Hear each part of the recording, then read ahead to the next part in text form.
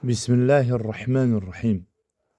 Əziz müsəlmanlar. Allah Əzze və Cəllə Mücadilə Suresi 11-ci ayədə buyurur ki, Allah sizdən iman gətirənlərin və elm verənlərin dərəcələrini yüksəldər. İslam ilk gündən elm dinidir. İlk nazil olan ayət oxu ayətidir. Elm təkcə öyrənənə yox, ona kömək edənə də savab qazandırır.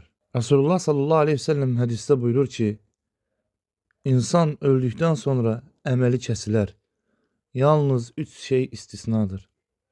Sədəqə-i cariyə, faydalı elm və onun üçün dua edən salih övlad. Hədisi Müslim rivayet etmişdir.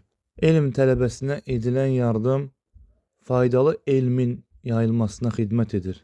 Bu yardım sədəqə-i cariyə hökmünə daxil ola bilər. Bir alim yetişdir, minlərlə insana xeyir vermiş olarsan. Həmçinin, əziz müsəlmanlar, sələflərdən elm tələbələrinə münasibət necə olub? Zəngin müsəlmanlar tələbələrin bütün ehtiyaclarını qarşılayardı. İmam Əhməd, İmam Şəfi kimi alimlər yoxsulluq içində elm öyrəniblər. Amma ümmət onları tək buraxmayıb. Əgər, əziz müsəlmanlar, bu alimlər tək qalsaydılar, biz bugün bu elmdən faydalana bilərdikmi? Həmçinin elm yoluna mane olmaq yox, o elmin yolunu açmaq lazımdır. Bəzən elm tələbəsini maddi sıxıntı, laqeydlik, dəyər verməmək geri salır. Halbuki ona dəstək olmaq ümumilikdə ümmətə dəstəkdir. Bir tələbəni ayaqda saxlamaq bir nəslin hidayətinə səbəb ola bilər. Həmçinin, əziz müsəlmanlar, bugün biz nə edə bilərik?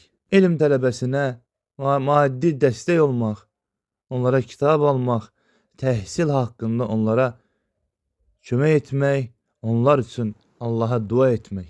Öz övladlarımızı elmə təşviq etmək, alimləri və tələbələri kiçiltməmək, onlara dəyər vermək. Allahım, elm yolunda onları qoruyan, onlara kömək edən qullarından et bizi.